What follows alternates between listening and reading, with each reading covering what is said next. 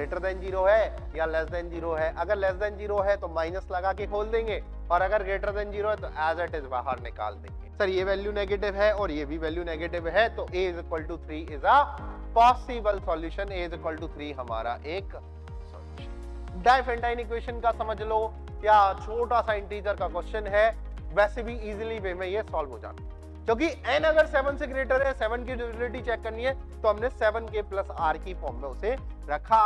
Hello बच्चे लोग, कैसे हो आप सब लोग। तो आज वापस से हम लोग आपके लिए एक सेशन लेके आए हैं, नंबर थ्योरी का 5th सेशन। तो 4 सेशन अभी तक हो चुके हैं। मैं इंपॉर्टेंट टॉपिक्स भी आप सभी लोगों को बता चुका हूं। आरएमओ के लिए सबसे ज्यादा इंपॉर्टेंट इंटीजर्स पे ही बात करता है आरएमओ नंबर थ्योरी में। मैक्स टू मैक्स वो क्या करता है, मॉड्यूलस को उसके अंदर लगा देगा, बाइनोमियल को थोड़ा सा और अंदर लगा देगा, जीसीडी पे पूछेगा, डाइफेंटाइन इक्वेशन पे पूछेगा, मतलब रेदर पूरी बात इंटीजर्स पे ही होनी है। तो आरएमओ का अगर हम प्रीवियस एनालिसिस देखें तो सारे ही क्वेश्चन इसी टाइप के आ रहे हैं। लास्ट के सेशन में मैंने आपको इनमो के क्वेश्चंस भी कराए, आज भी मैं थोड़ा सा एड ऑन करके लेके आया हूं सेशन में कि कुछ आपको मैं फैक्टोरियल से रिलेटेड क्वेश्चन करा सकता हूं। जीआईएफ के क्वेश्चन में आप सभी लोगों को करा चुका हूं एक सेशन में, आज भी मैं वापस जीआईएफ के क्वेश्चन लेने वाला हूं। तो मजे से बने रहिए सेशन में बच्चों। अभी हमें आप बस तैयारी करते रहो। आईयूपीएम का रिजल्ट आ चुका है, स्कोर्स आप सभी लोग उस फॉर्म में जरूर अपडेट करें। अगर आपको लगता है पीडब्ल्यू आपकी हेल्प कर रहा है, आपकी सफलता में पीडब्ल्यू का योगदान है, तो प्लीज कमेंट सेक्शन में भी हमें बताएं कि आपको कैसा लग रहा है ओलंपियाड वाला पे आके। ठीक है, तो चलिए शुरुआत करते हैं सेशन की। सेशन की शुरुआत के लिए बच्चों मैं आप सभी लोगों के लिए जैसे दिखा देता हूं आज के क्वेश्चंस में क्या क्या लेके आया हूं। सबसे अच्छा क्वेश्चन ये है, 2003 का आसान सा क्वेश्चन है, लेकिन वही बात की इसमें बस सोचने का फिगर है कि भाई कैसे सोचना है।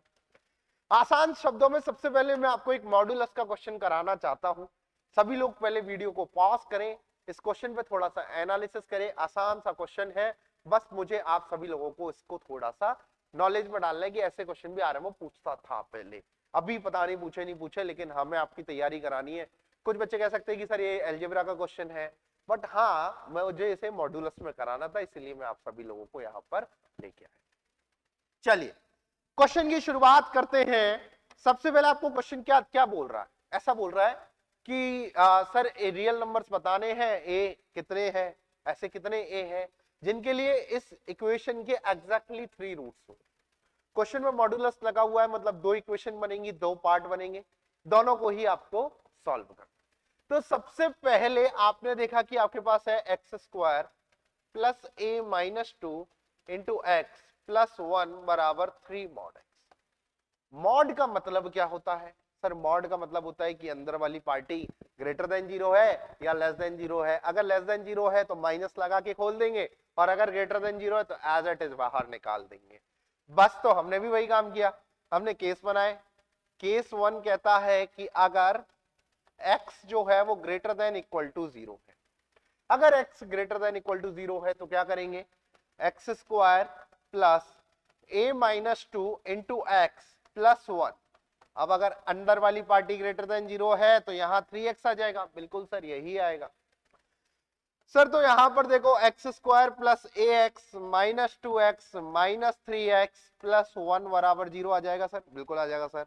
एक्स स्क्वायर प्लस एक्स को कॉमन रख लूं तो यहाँ a माइनस 5 प्लस 1 बराबर 0 आ जाएगा सर। बिल्कुल यही बात आपको मुझे समझानी थी बच्चों, ये आ जाएगा। केस 1 ये कहता है।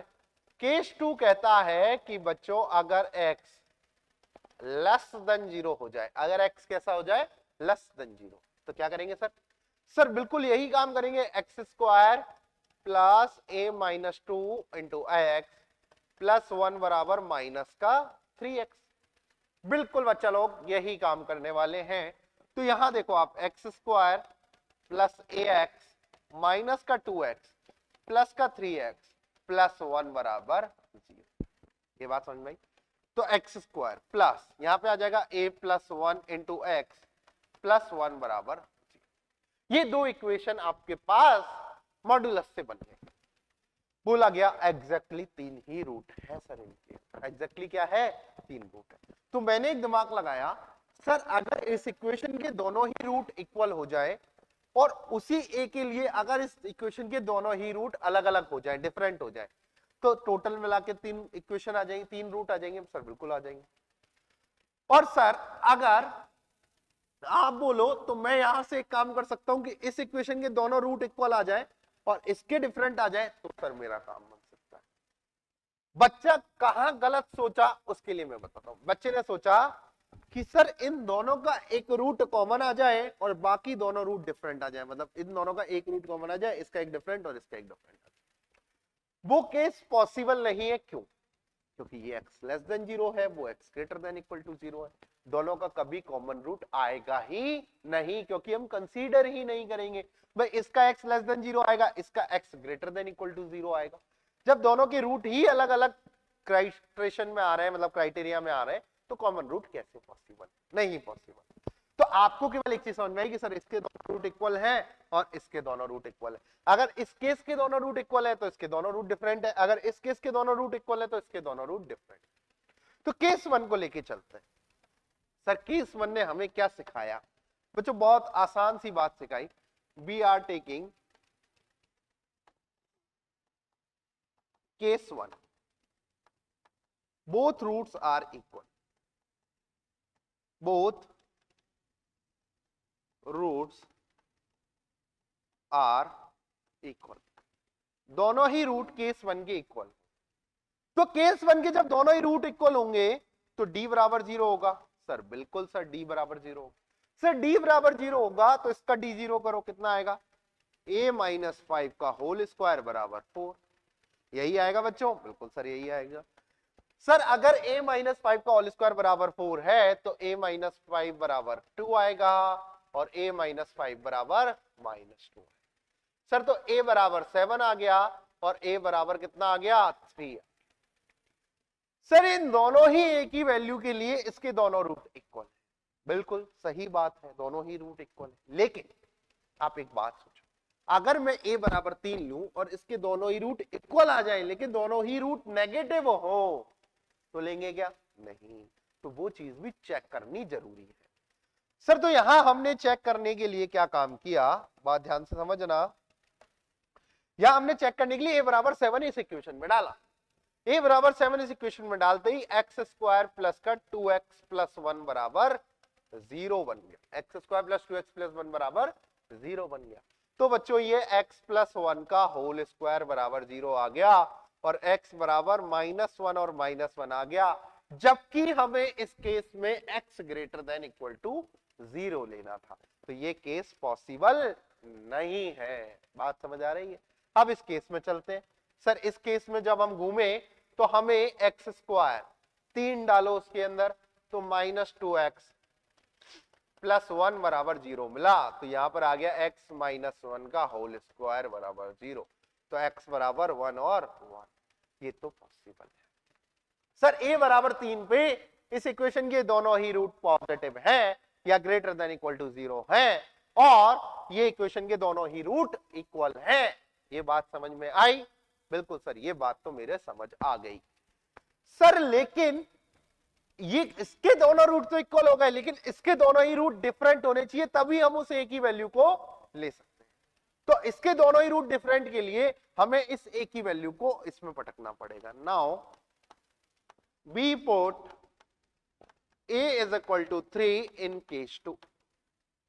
केस 2 में a इज इक्वल टू 3 हमने पटका तो हमें पता लगा कि x square plus 4x plus 1 बराबर 0 आ रहा। X square plus 4x plus 1 बराबर 0 आ रहा। तो यहां से x की जो वैल्यू आई वो आई -4 plus minus under root 12 divide by 2। यही तो आई -b plus minus under root d upon 2a। बिल्कुल।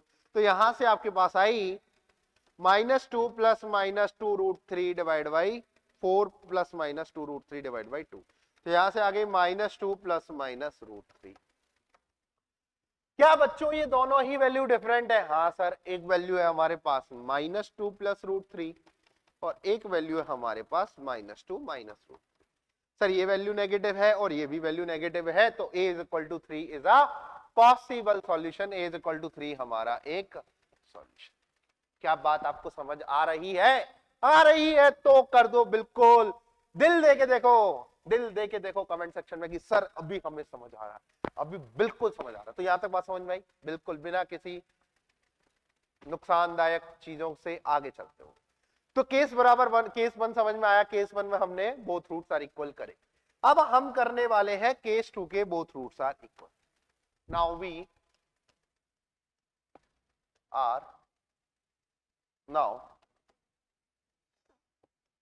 आर इक्वल नहीं, नाउ both roots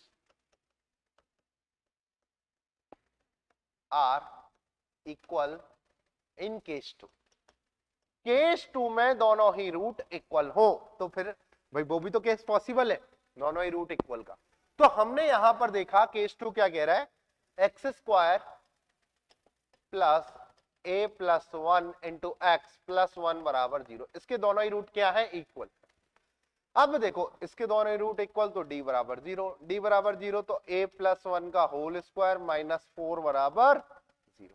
तो यहां से आपके पास समझ में आया a प्लस 1 का होल स्क्वायर बराबर 4, यहां से आपको समझ में आया a प्लस 1 बराबर 2 और a प्लस 1 बराबर माइनस 2। ये बात समझ में आई क्या? बिल्कुल समझ में आई सर। तो यहां से a बराबर 1 समझ में आया आपके पास, और यहां से a बराबर माइनस 3 समझ में आया। सर ये दो वैल्यूज हमारे पास, अब हमें चेक करना पड़ेगा कि जब हम a की वैल्यू इसमें डालें तो दोनों ही रूट x लेस देन 0 में आ रहे हैं क्या, क्योंकि केस तो x लेस देन 0 का है। तो a बराबर 1 डालते ही x square is equal to 1 के लिए प्लस का 2x प्लस 1 बराबर 0। तो ये तो अभी हमने सॉल्व किया था, x बराबर -1 सर दोनों ही रूट लेस देन 0 है। सर a बराबर 1 के लिए क्या इस इक्वेशन के दोनों ही रूट कैसे आ रहे हैं, डिफरेंट आ रहे हैं क्या? तो रखो a बराबर 1 को रखते हैं। नाउ बी पुट, बिल्कुल लिखने का तरीका बता रहा हूं, बी पुट a बराबर 1 इन केस 1। केस 1 में हम a इक्वल टू 1 पुट करते हैं। केस 1 क्या है, x square plus a minus 5 into x plus 1 बराबर 0। a इक्वल टू 1 रखोगे तो एक्स स्क्वायर 1 रखते ही माइनस का 4x प्लस 1 बराबर 0। ये आया क्या? बिल्कुल सर यही आया। तो x बराबर कितना आ गया, 4 प्लस माइनस अंडर रूट, यहां पर आ जाएगा 12 डिवाइड बाई कैसा आ रहा है बच्चों 2, तो आ जाएगा x बराबर 2 प्लस माइनस रूट 3। यही आ रहा है। क्या दोनों रूट डिफरेंट है? हाँ सर, एक है 2 प्लस रूट 3 और एक है 2 माइनस रूट 3। क्या ये पॉजिटिव है? हाँ सर। क्या ये पॉजिटिव है? हाँ सर। दोनों ही रूट पॉजिटिव है, तो a बराबर 1 आपका एक सॉल्यूशन, a बराबर 1 भी आपका एक सॉल्यूशन है। a बराबर 3 आ गया, a बराबर 1 आ गया। नाउ चेक a बराबर -3, a बराबर -3 को चेक करते हैं तो आ गया एक्स स्क्वायर, -3 रखोगे इसमें तो कितना आ जाएगा, -3 रखते ही माइनस का 2x प्लस का 1 बराबर 0। यही आ रहा, और यहां से आ जाएगा x बराबर 1 और 1, x बराबर 1 और 1 हम ले नहीं सकते क्योंकि हमारे पास x लेस देन 0 आपको लेना। क्लियर फंडा? तो यहां से आपके पास now final answer is, final answer क्या आ जाएगा बच्चों आपके पास, फाइनल आंसर इज a बराबर 3 और a बराबर 1। ये आपके पास final answer. Clear funda? Clear funda बच्चों, समझ आया? चलो अब बहुत अच्छे एक और क्वेश्चन पे चलते हैं। ये बात आपको समझ में आई? देखो इसमें कुछ नहीं था, आपको केबल और केबल मॉड्यूलस का ज्ञान होना चाहिए थोड़ा सा, और थोड़ी सी हमने क्वाड्रेटिक इसके अंदर यूज करी। क्लियर फंडा?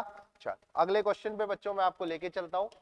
ये क्वेश्चन है बच्चों आरएमओ 1999 का, डाइफेंटाइन इक्वेशन का समझ लो, या छोटा सा इंटीजर का क्वेश्चन है, वैसे भी इजीली वे में ये सॉल्व हो जाना।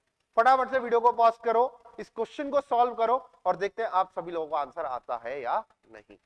तो आई होप आप सभी लोगों ने क्वेश्चन सोच लिया होगा। क्या सोचा आप सभी लोगों ने? चलो स्टार्ट करते हैं। ये पहले क्वेश्चन में थोड़ा सा करेक्शन कर लेते हैं, हल्का सा करेक्शन कर देते हैं। ये यहाँ पर, ये यहाँ पर, ये यहाँ पर, ये टाइपिंग मिस्टेक हल्की सी पहली बार, तो m-n है, इसकी जगह बच्चों यहाँ पर आपके पास आ जाएगा यहाँ पर स्क्वायर। बात समझ में आई? अब देखो, अब इजीली वे में हो जाएगा आप सब लोग। ये देखो बहुत आसान भाषा में चलते हैं। यहां पर आपके पास क्या दे रखा है, यहां पर आपके पास ये इक्वेशन दे रखी है m माइनस एन का होल स्क्वायर बराबर 4 times m n upon m plus n minus one. यही है, बिल्कुल सर यही दे रखा है। चलो क्रॉस मल्टीप्लाई करते हैं, क्रॉस मल्टीप्लाई करते हैं तो m माइनस एन का whole square into m plus n minus one, और यहां पर आ जाएगा 4mn। यहां से आगे बढ़ना बच्चों के लिए तकलीफ थी, उनको थोड़ा सा एक पार्ट समझना था ना बच्चों। क्या समझना था कि आपने एक इक्वेशन या मैं आइडेंटिटी पढ़ी होगी m प्लस एन का whole square minus m minus n का होल स्क्वायर बराबर 4mn होता है। क्या होता है बच्चों, 4mn होता है। सर पढ़ी तो है, पढ़ी तो है। अगर बच्चों पढ़ी है तो यहां इसको अप्लाई करके देखो। क्या करो बच्चों, अप्लाई करके देखो। देखो m माइनस एन का whole square m plus n minus one, यहां आ जाएगा m प्लस एन का whole square minus m minus n का होल स्क्वायर। सर बिल्कुल बात ये तो समझ आ गई, समझ आई नहीं आई सर, बिल्कुल समझ आ गई। तो यहां से मुझे एक बात समझनी है कि सर यहां अगर मैं इन दोनों पार्ट को इधर लेके आऊं, इन दोनों ही पार्ट को इधर लेके आऊं, तो यहां आ जाएगा m माइनस एन का होल स्क्वायर, यहां आ जाएगा m plus n minus one plus का m माइनस एन का होल स्क्वायर और is equal to m plus n का। सर ये वाली बात भी मुझे समझ आ गई। सर अगर मैं इसमें से m माइनस एन का स्क्वायर कॉमन ले लूं तो यहां क्या बचेगा, m प्लस एन, यहां क्या बचेगा m प्लस एन, क्योंकि यहां माइनस वन बचेगा, m प्लस वन बचेगा और जो कट जाएगा कट जाएगा, और यहां क्या बच गया आपके पास m प्लस एन का होल स्क्वायर। देखो बिल्कुल देखो एक बात समझो, इन दोनों ही पार्ट में से m माइनस एन का होल स्क्वायर कॉमन लिया, यहां m plus n minus one बचा और यहां प्लस वन बचा, माइनस वन ने प्लस वन को खल्लास खत्म कर दिया, खत्म कर दिया। तो आपके पास ये इक्वेशन बनी।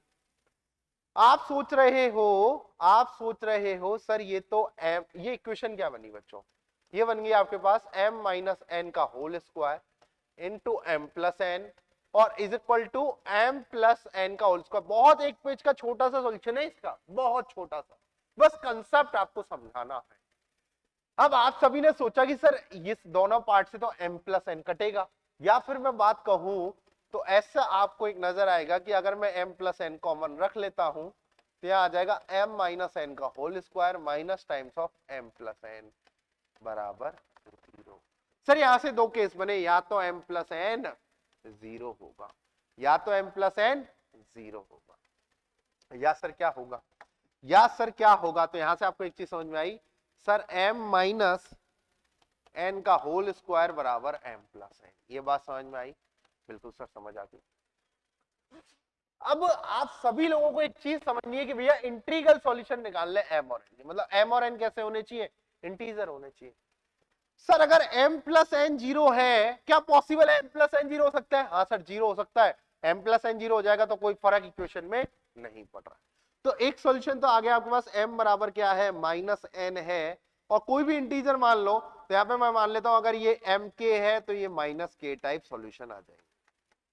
तो एक सॉल्यूशन तो आपके पास ये आ गया k कॉमा माइनस के टाइप सॉल्यूशन आपको प्रकट हो जाएंगे यहां पर। आगे चलो सर ये वाली बात मुझे समझ नहीं आ रही, इसको कैसे सॉल्व करें। अगर if m and n are integers, यहां पर k बिलोंग्स टू इंटीजर लिख देते हैं, अगर m और n आर इंटीजर्स हैं तो m प्लस n भी इंटीजर होगा, सर बिल्कुल होगा।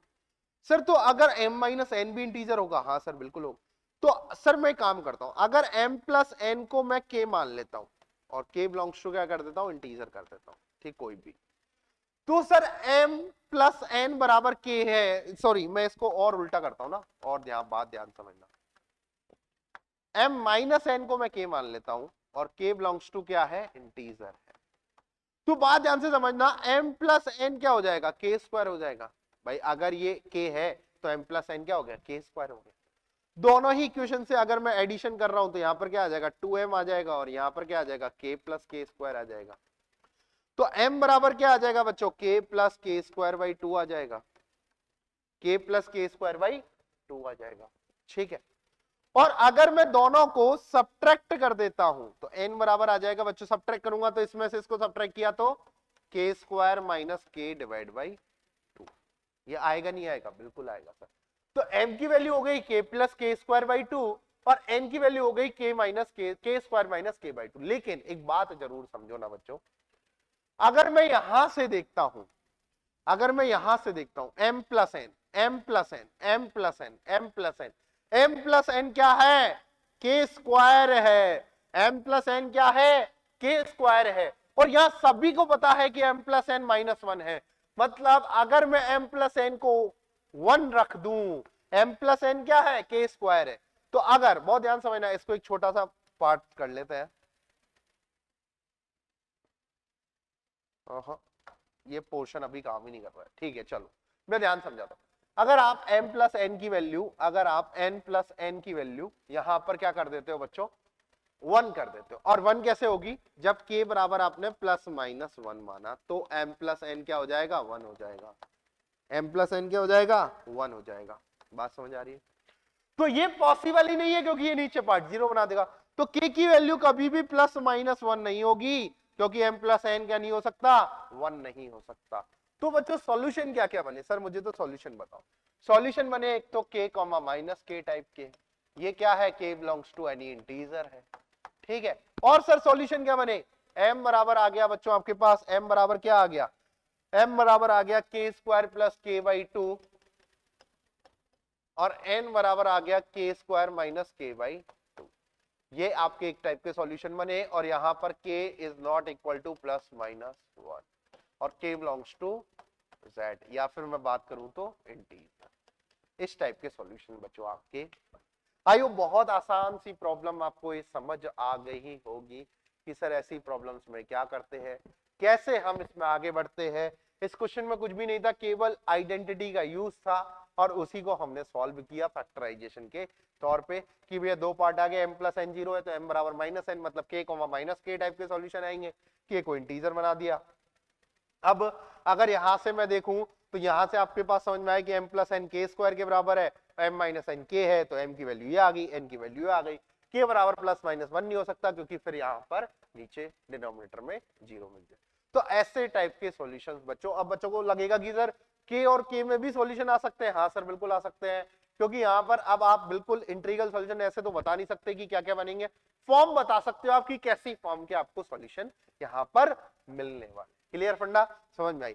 तो चलते हैं आज के बहुत अच्छे सवाल की तरफ। बिल्कुल बहुत बढ़िया सवाल, आरएमओ 2003 का क्या कह रहा है बच्चों, क्वेश्चन कह रहा है कि n क्या है, इंटीजर है 7 से बड़ा, n क्या है, इंटीजर है 7 से बड़ा, प्रूफ करो। ये क्या लिखा हुआ है, NC7 लिखा हुआ है, NC7 माइनस फैक्टोरियल वो greatest integer n divide by 7, ये क्या है, 7 से डिवाइड होता है। क्या बोल रहा है, NC7 डिनोट करता है number of ways choosing 7 object from among n object, n object में से 7 ऑब्जेक्ट को चूज करने के तरीके, और एनी रियल नंबर x, ये क्या है, ग्रेटेस्ट इंटीजर x।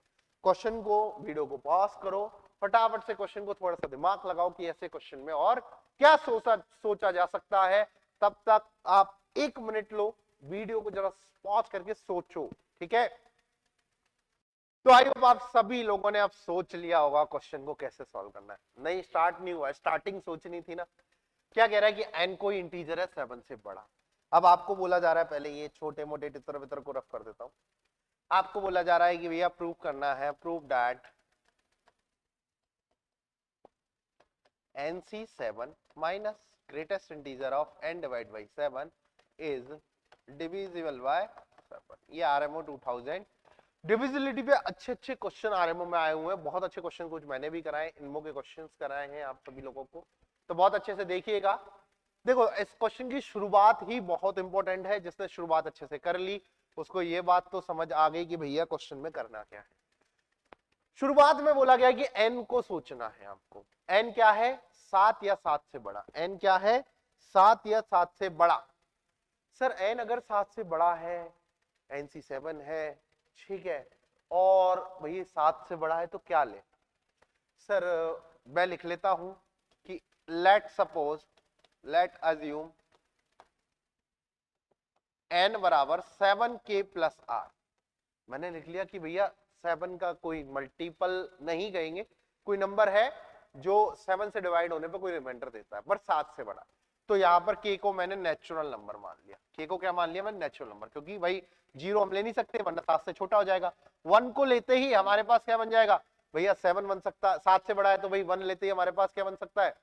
आपके पास 7 बन सकता है, 8 बन सकता है, सॉरी 9 बन सकता है, 10 बन सकता है, 11 बन सकता है, 12 बन सकता है, 13 बन सकता है, 14 बन सकता है, 15 बन सकता है, कुछ भी बन सकता है, पर 7 से छोटा नहीं होगा क्योंकि हमने k को क्या बना लिया? नेचुरल। अब सर किसके बारे में सोचे? सबसे पहले किसके बारे में सोचे? सबसे पहले आपने सोचा कि सर मैं तो इसके बारे में सोच सकता हूं सबसे पहले। बहुत आसान सी बात। अगर मैं यहां देखता n divide by 7, factorial n divide by 7, तो यहां देखो इसको मैं लिख दूं 7k plus r divide by 7। और यहां पर r क्या क्या हो सकता है बच्चों? r हो सकता है भैया, आपको पता है सबने एल्गोरिथम पढ़ी है डिवीजन, 0 1 2 3 4 5 6, यही हो सकता है। यही हो सकता है, नहीं हो सकता? सर बिल्कुल हो सकता है, यही होगा। सर तो यहां पर जब मैं इसको आगे सॉल्व करने गया तो मेरे पास आ गया k plus r by 7, k plus r by 7, k plus r by. Sir k तो इंटीजर है, नेचुरल नंबर है। ग्रेटेस्ट इंटीजर की प्रॉपर्टी जो आपने सिखाई थी उसके अकॉर्डिंग k तो बाहर आ गया। हाँ सर बिल्कुल बाहर आ गया, तो r बाई 7 बच गया। सर r जो है वो 7 से छोटा है, 0 1 2 3 4 5 6 है, और उसको जब मैं 7 से डिवाइड दूंगा तो वैल्यू 1 से छोटी आएगी। वैल्यू 1 से छोटी आएगी तो ग्रेटेस्ट इंटीजर क्या देगा? 0 देगा। तो ये क्या रह गया आपके पास? k बच गया। मतलब n डिवाइड बाई 7 का ग्रेटेस्ट इंटीजर k है। ये बात आप सभी लोगों को अच्छे से समझ आ गई। इस क्वेश्चन में और क्या चीज है सर? ये सब बातें तो हमें बहुत अच्छी तरीके से समझ आ गई हैं। आगे की चीजें बताओ सर, और क्या चीज इस क्वेश्चन में सबसे इंपॉर्टेंट है? तो जरा इस क्वेश्चन को मैं फ्रेम कर लेता हूं। ठीक है, अब बात बची NC7 की। NC7 क्या होता है सर? NC7 क्या होता है? अगर मैं बात करूं तो सर NC7 क्या होगा? तो सर NC7 के लिए हम क्या करेंगे? यहां पर देखो सर, इसको लिख सकते हैं n into n minus 1 into n minus 2 से लेके n माइनस 6, और यहां पर आ जाएगा 7 into 6 into 5 into 4 into 3 into 2 into 1। यही आ जाएगा? नहीं आएगा? बिल्कुल आएगा सर। क्यों? क्योंकि जैसे देखो, लेट सपोज मैं आपको सिखाता हूं, एक अगले पेज पे लेके चलता हूं। अगर मैं यहाँ 10C3 लिखता तो आप क्या बोलते? 10 मतलब अगर बेसिकली आप इसको खोलते तो कैसे खोलते? आप इसको खोलते तो factorial 10 upon factorial 3 factorial 10 minus 3 that is 7। तो आ जाता 10 into 9 into 8 upon 3 into 2 into 1। कितने नंबर आएंगे ऊपर? 3 ही नंबर आएंगे। अगर मैं इधर 10C7 लिखता तो इधर कितने नंबर आएंगे? 7 नंबर आएंगे, और इधर 7 इंटू 6 इंटू 5 इंटू। तो यहां से आपको एक बात समझ में आ गई कि ऊपर कितने नंबर है सर? 7 ही नंबर। ऊपर कितने नंबर है सर? 7 नंबर। तो सर अगर मैं NC7 को लिखूं तो क्या लिखूंगा? n इंटू n माइनस 1 से लेके n माइनस 6 अपॉन सर इसको 7 इंटू 6 फैक्टोरियल लिख सकता हूं। हाँ सर बिल्कुल। सर n क्या है? सर n तो 7k प्लस r है। बिल्कुल सर, n तो 7k प्लस r। बच्चों मुझे एक बात बताओ, अगर मैं n को 7k प्लस r लिखूं, और r 0 1 2 3 4 5 6 हो सकता है। r क्या हो सकता है?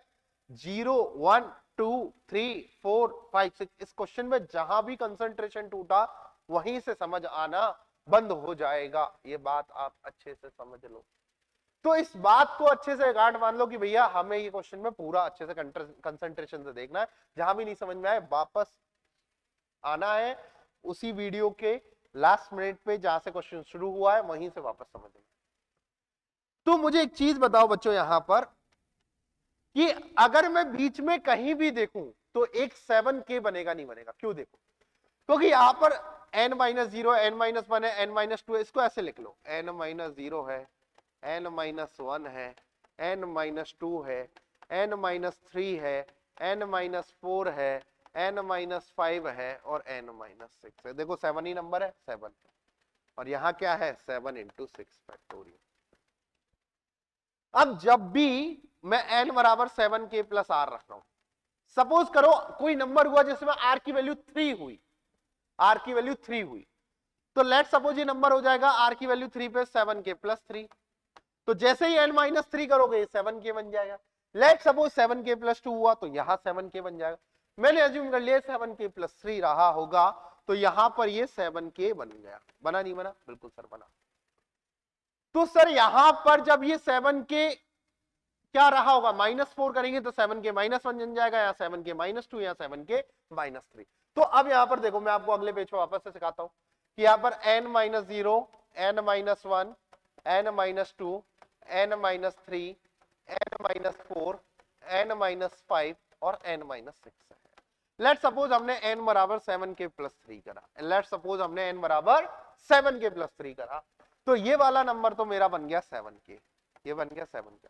सर ये वाला बन गया 7 के -1, 7 के -2, 7 के -3, यही बना? बिल्कुल सर यही बन गया। ये बन गया आपके पास 7 के प्लस 3, ये बन गया आपके पास 7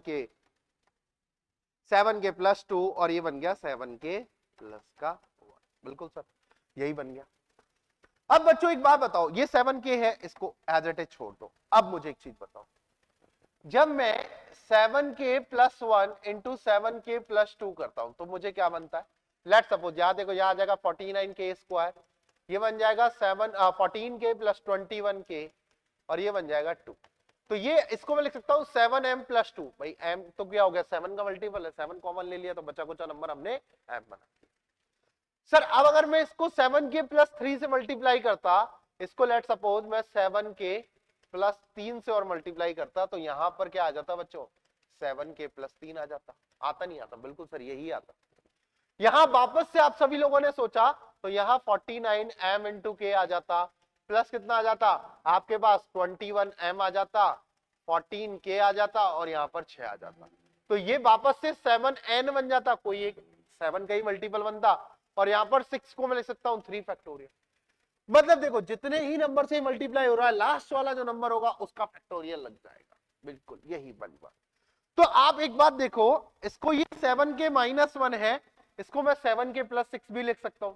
भाई रिमाइंडर तो वही है ना, ठीक है। और एक बात सोचो, इसको मैं क्या लिख सकता हूं, 7 के प्लस 5 लिख सकता हूं, उसको मैं 7 के प्लस 4 लिख सकता हूं। भाई बात तो नंबर वही कह रहा है ना, ये नंबर आगे पीछे क्या है, रिमाइंडर तो वही बच रहा है ना, उसको फॉर्म में लिखना है ना अपन। एक बात बताओ, अगर मैं 15 को लिखता हूं 7 के प्लस 1, तो इसको मैं 7 के -6 भी तो लिख सकता हूं। बिल्कुल सर, 7 के 21। भाई बात तो वही है, हम तो केवल फॉर्म में लिख रहे हैं ना, 7 के मल्टीपल में लिख रहे हैं।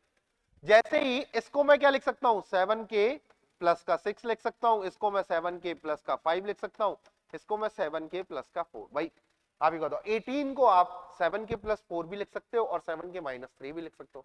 तो जो नंबर होगा उसकी फॉर्म 7 की डिविजिबिलिटी में हम 7 के -1 का टाइप का जो भी नंबर है उसको मैं 7 के -1 भी लिख सकता हूं और 7 के प्लस 6 भी लिख सकता हूं। तो जब मैं बच्चों एक बात बताओ मेरे को, 7 के प्लस 1 से लेके 7 के प्लस 6 तक मल्टीप्लाई करूंगा, तो बाकी बचा कुछ नंबर तो 7m की फॉर्म में आ गया, और यहां पर क्या आ गया 6 फैक्टोरियल, वही। ठीक है, तो एक बात सभी आप बच्चों को समझ में आई कि ये जो नंबर है बच्चे कुछ सारे, ये 7 के है एक तो बीच में, और बाकी के जो 6 नंबर है वो 7 के या 7m प्लस 6 फैक्टोरियल की फॉर्म में है। ये क्या है, NC7 आ गया आपके पास, 6 फैक्टोरियल इंटू 7। 7 से 7 कट गया तो NC7 आपके पास आ गया k into 7m plus 6 factorial upon 6 factorial. बात समझ में आई आपके पास?